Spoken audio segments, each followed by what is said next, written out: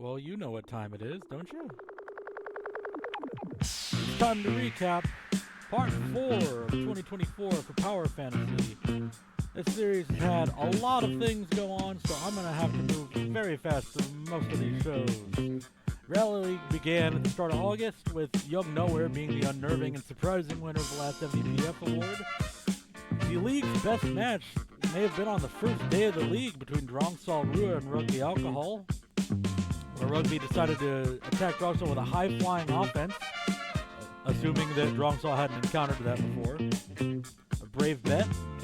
You never see Rugby do a lot of this kind of aerial assault, so be sure to check this match out. Week 2 featured four great matches with no upsets, though again we must highlight Drangsal Rua, as he battered Tanky Bruce in his throat with chops before hitting him between the legs, disabling him enough to put the 440-pounder in the horseback sleeper.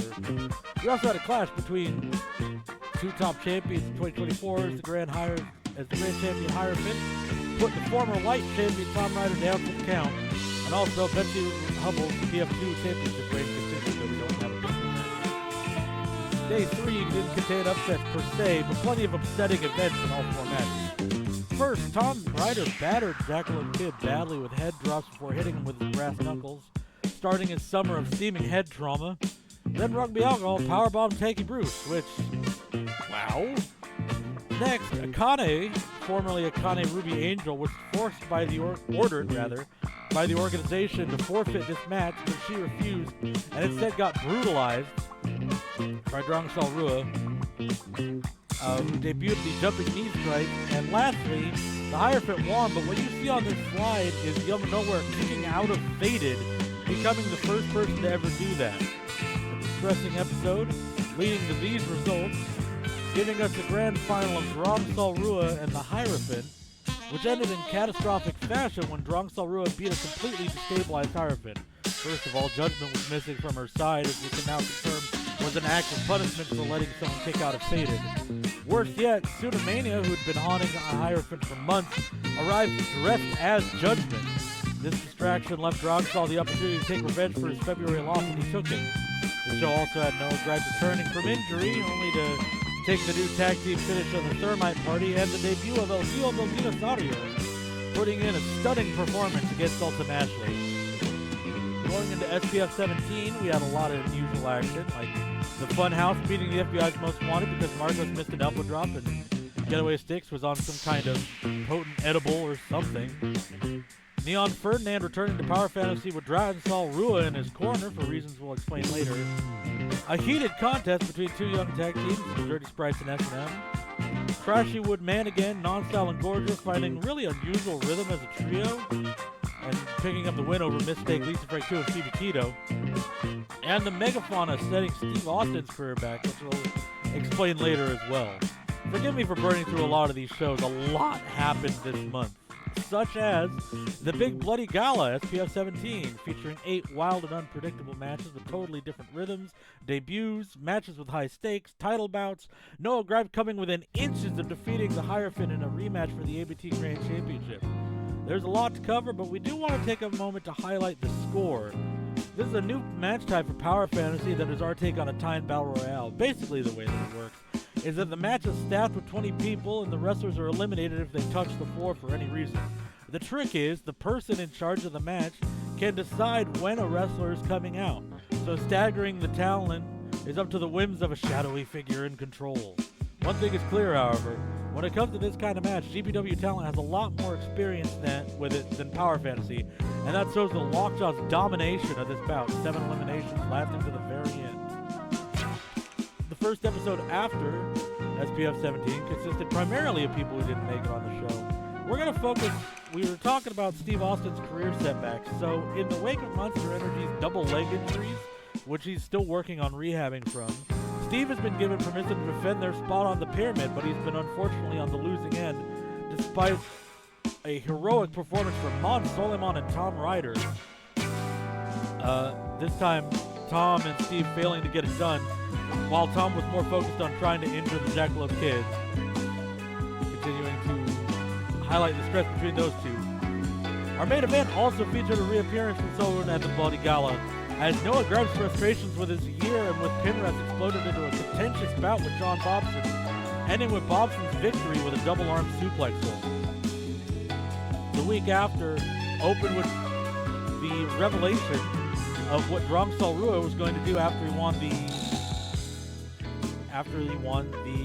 Reality League in August. He was granted one wish, and he used it to move his protege to the front of the line to collect the next title shot at the Grand Championship, and to get a title match of his own next year at the anniversary show in January.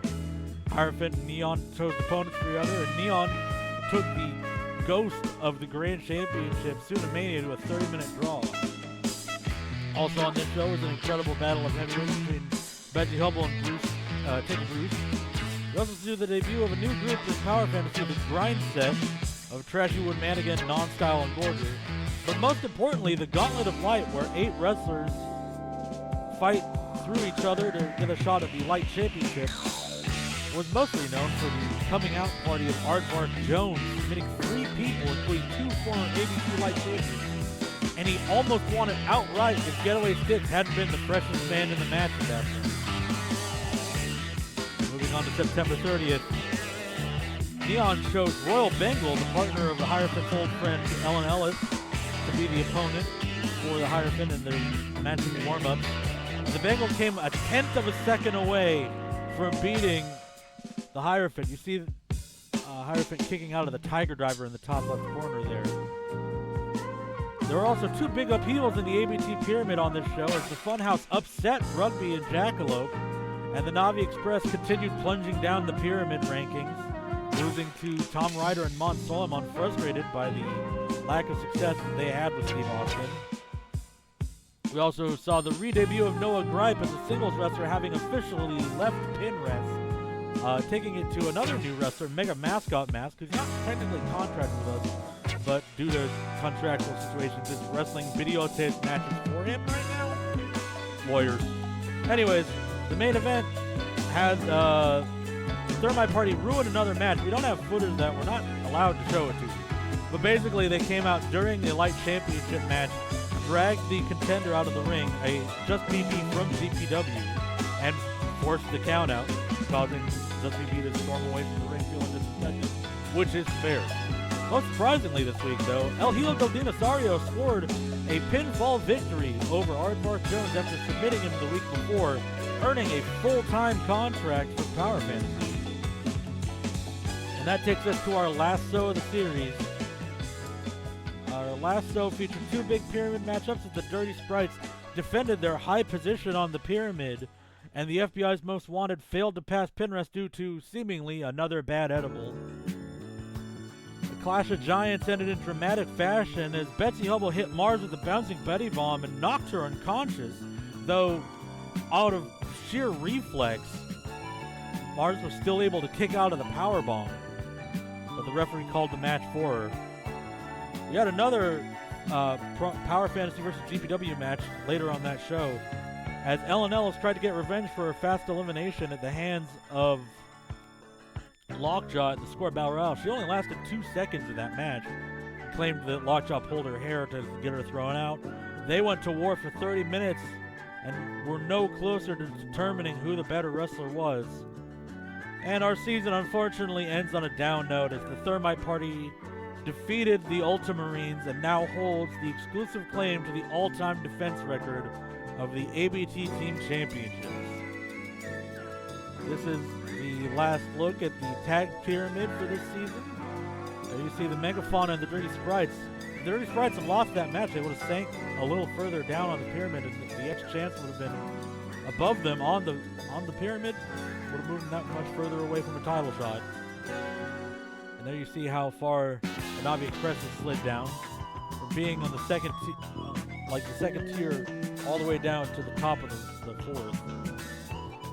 Oh well, it's a hard life being a professional wrestler, especially in Power Fantasy. So let's take a look at what the future holds for Power Fantasy. On October 13th, the Fantasy Battle begins, our 32 wrestler random seeded tag tournament. Each wrestler will have the chance of $200,000.